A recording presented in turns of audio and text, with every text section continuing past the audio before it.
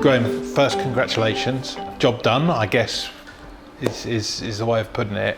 What were your emotions like when it was confirmed and mathematical? Some of us would say you were safe for a while, but no, until you've got the points, you never feel that you're safe. You need to respect the competition, respect the opposition, that anything can happen in football. So you have to keep going until everything's done mathematically, and then obviously the result last night, even though we would have liked to have done it ourselves, we'd like to do it on the pitch and got the points that made it all safe. The fact that we were saved by somebody else's result is still great. It's still, as you say, it's a job done in terms of the basic level of what we need to do, which is to stay in the Premier League. And I don't think we should ever disrespect that, but at the same time we're a little bit disappointed and a little bit frustrated with the points that we've got. We feel that we could have got some more points, and we need to keep going with that, because our performances have been good over the course of the season. We've taken steps, we've improved, but in the bit that's we need to acknowledge is also really, really important, the results bit, the points. We need to accept that we have to improve that.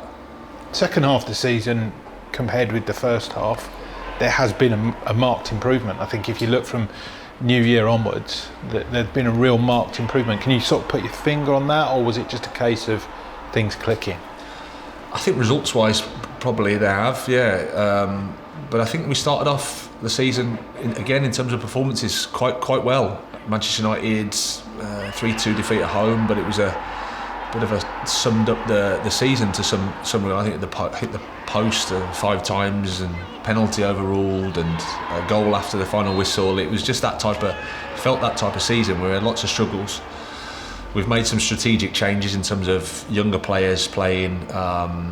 That you have to accept that sometimes it's not quite the straight road that you want it to be.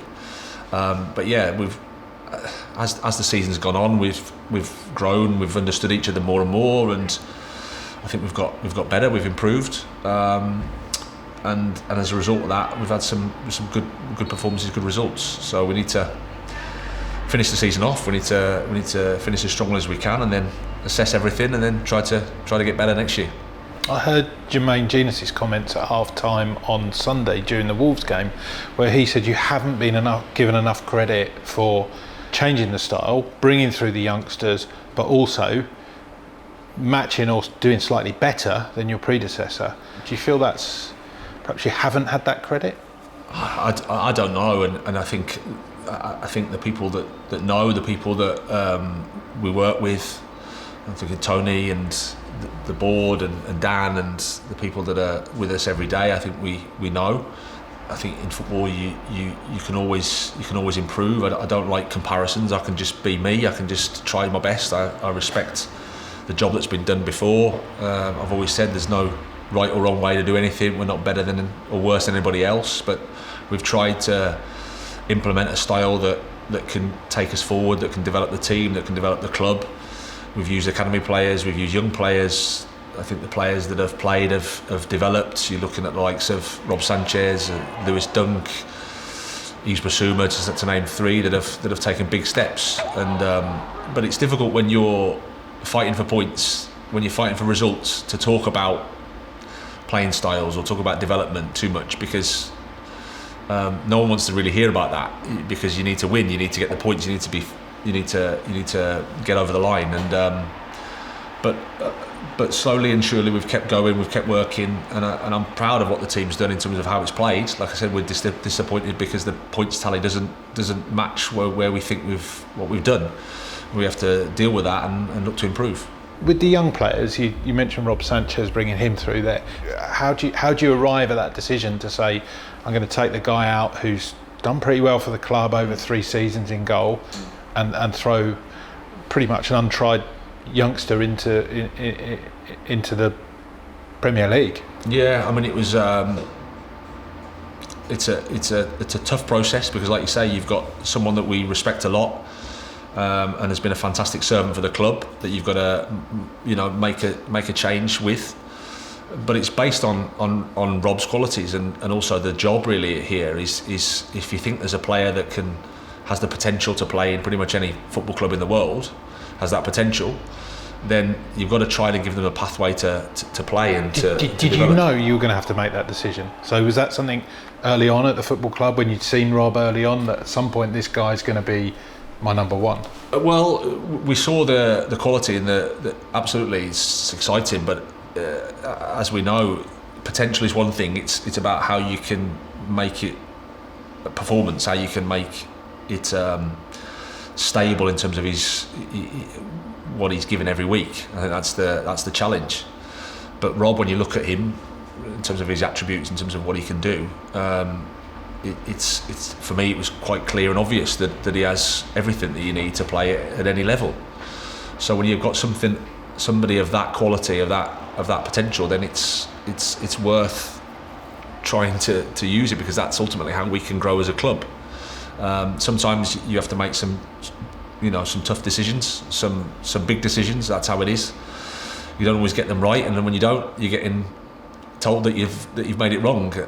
But at the same time, as I've said before, my job is to do what I think is the right thing for this club, and I'll do that to the best of my ability.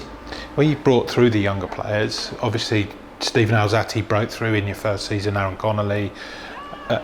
Is it almost you have to do it as a gradual process? You can't throw them all in at once. And on the back of that, how close did you come to keeping Ben White here for that season where he went to Leeds? I heard you speak about that in your press conference last week. Yeah, I think you have to take each player on their merit. They're all individuals. Everything's different. Somebody like Tariq, for example. He's a young player. He's not from our academy, but he's still a young player that has made a huge impact, and then has unfortunately got injured. So you have to consider every player on their own. But Ben was another one where we knew about him before we arrived. Really liked him. Would have tried to sign him. So we were big fans, but he was on a journey, I guess, in terms of gaining first team football and wanting to play, which we respected and liked actually. The opportunity to him came to go on loan, and it was a really good opportunity that we weren't in a place to say no, I think you should stay here. Our belief in him and our understanding of his quality never changed. So we're now delighted that he's back with us. We're delighted with the season he's had, and again he's taken steps. First season in the Premier League, a young player, but has got a big future, and we're excited. And when you make those decisions, how much input do you draw on from around you? Would you discuss it with Dan Ashworth, say, or with Rob? Would Ben Roberts have an input to that? Billy, Bjorn? Yeah. Even the chairman? Is that something you would discuss that, or is it your decision ultimately? Well, somebody has to make the decision, and that's my responsibility. But I think I'd be a fool to not use the expertise and the opinion of everybody around me, because we've got a fantastic club and lots of good people, and I'm fortunate that I've got some amazing staff. So yeah, every decision I make is with a consultation of the key people around me. So I don't sit in a dark room with my ego and make some call on my own. It's I have to take the opinion of everyone, and Tony's been a fantastic source of support for that, because he's a chairman that gives me a platform and gives me room to do my job, but at the same time he's always there to help and support and to give advice. So I'm really appreciative of that. When you first came in, I remember you speaking about the group a lot. It feels like everybody is on the same trajectory, on the same wavelength, on the same page, however you want to do it. That's something you're big on. How have you achieved that? It's something that is important to us, I think, because we have to essentially make. I've said before, 95% of all the leagues are determined by finance. So if you're not going to outspend, or you're not going to do that, then you have to be creative with how you're using your money. You've got to make it work better than everybody else, and I think how you do that is you have an idea, you align everything towards that idea, and then hopefully as a result of that process you can gain results that are bigger than what you think you can get, because there's a 5% that clearly beat the system, and we want to be that 5%, but you don't do it by doing what everybody else does. You don't do it by copy, and you have to create your own thing. And then you have to fight for that and be proud of that. It's not a straightforward process. It's not an easy road, because we're competing in the highest level, and by definition, football results can knock you off course and can lose. You can lose your way, but thankfully we've managed to stay strong. We've managed to keep together. The players have been so open-minded, so responsive, so responsible, and they've just worked, and they've kept a level head throughout the season, and stuck with it. And yeah, whilst we're happy that we've achieved our status in terms of the Premier League, we're also frustrated that we haven't got the points that we think we should have got, and that's for us to improve, that's for us to look at, but performance-wise there's a lot to be excited about. And just going back to that point in terms of everything sort of being aligned and people in tune with one another, when you took the job, was that something you looked at the club to did that club need to be the right club for you to give you that platform to do that? The big factor for me was the stability in terms of what Tony provides, and then Paul and Dan. So from a leadership perspective, a stability, because the emotion of the Premier League, the emotion of football, it can go up and down, as we know. Results can, but they're very, very objective with how they think. That gives you a chance to work, I think, as a coach. That's what you need, because you take over a team that got 36 points in the Premier League. So it's not like you're taking a team that's 55 points. You're taking a team with 36 points. You need to try and improve. We need to try and change things around. Again, not better or worse than anybody else, but you have to try and implement your own style that you think can help the club develop, that can use young players, that can develop players from the academy, that can give you an opportunity in the market to make your pounds work more than anybody else. And that's the challenge ultimately, when everything's going on off the pitch, from personal stuff to a global pandemic to no fans to all the things that are happening around, and to compete in the Premier League, it's I've used the word brutal, but that's how it is. And I must admit the support I've had, the support from the club, the support from our supporters has been amazing during that process, and I'm really thankful for that. You talked about emotion there, Graham, but you just seem to be on this level, like externally about you. I would say externally. Internally is a different picture, because I can understand there with the emotion that everybody feels. I feel it the same internally, but over the 15 years that I've been doing this job, you understand that part of my job is to manage my emotions, to make them effective enough to help the team. That's part of the job, and you don't get it right all the time. It's my personality. I made some choices as a coach. I didn't want to be the person that was blaming the referees for when things went wrong, because I think that's, when you go down that route, it takes responsibility from what we can control, and I always want to focus on that. I can't worry about what referees do, because I can't control what they do. It's part of the game. It's part of why we love the game. That they'll make mistakes and they'll get things wrong, and we'll talk about them. But my job is to continually keep things moving in terms of, okay, how can we improve? What can we do to be better? How can we take responsibility for our performance, for our the results we're getting? And that's I think whilst you can talk about that, you have to act that as well. And that's why I think it's important for me to be how I am. I don't want to be anybody else. I'm not disrespecting anybody else, but I want to be me. And whilst I'm not perfect, I'll try my best to keep improving. Just reflecting back on the season, high points. There's one that particularly leaps out for me as a fan and somebody that was lucky enough to be there. But what are the ones that really stand out for you? Those moments in the season.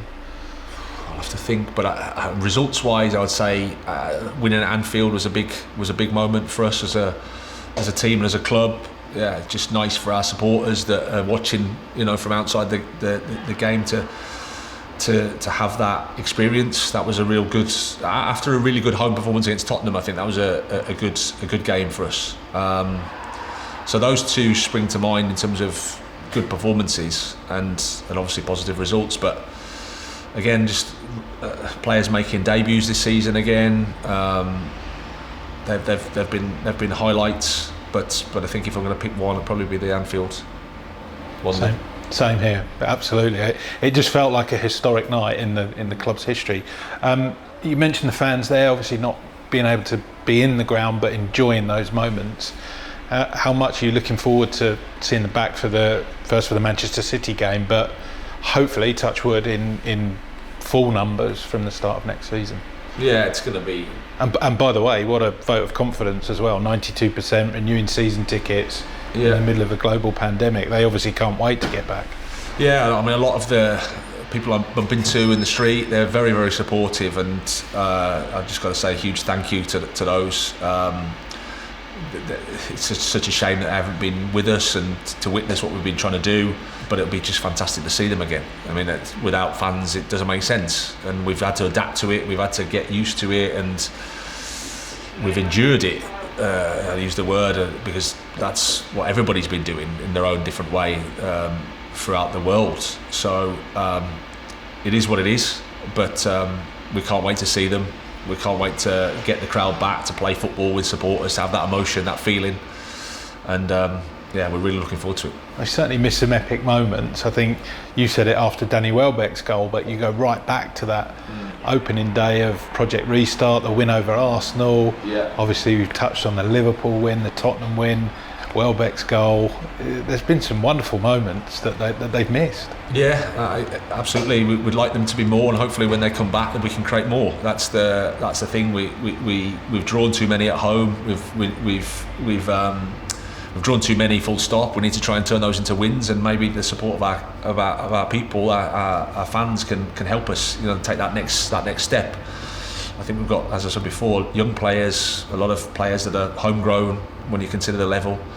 So I'd like to think our supporters will appreciate that and appreciate them and really get behind them, and we want to give them something to be proud of. I guess the likes of Tariq Lamptey, Rob Sanchez hardly played in front of crowds for Brighton. Exactly, yeah, it'd be great for them. I haven't seen Adam Lallana or Danny Welbeck hardly. Yeah, it's been so surreal, hasn't it? I mean, we've all had to deal with it, and it's hopefully we won't have to deal with it again ever. But it's a once in a million lifetimes, hopefully, experience. But like you say, to get them back, to get them with us, to go through it together, it's going to be so special.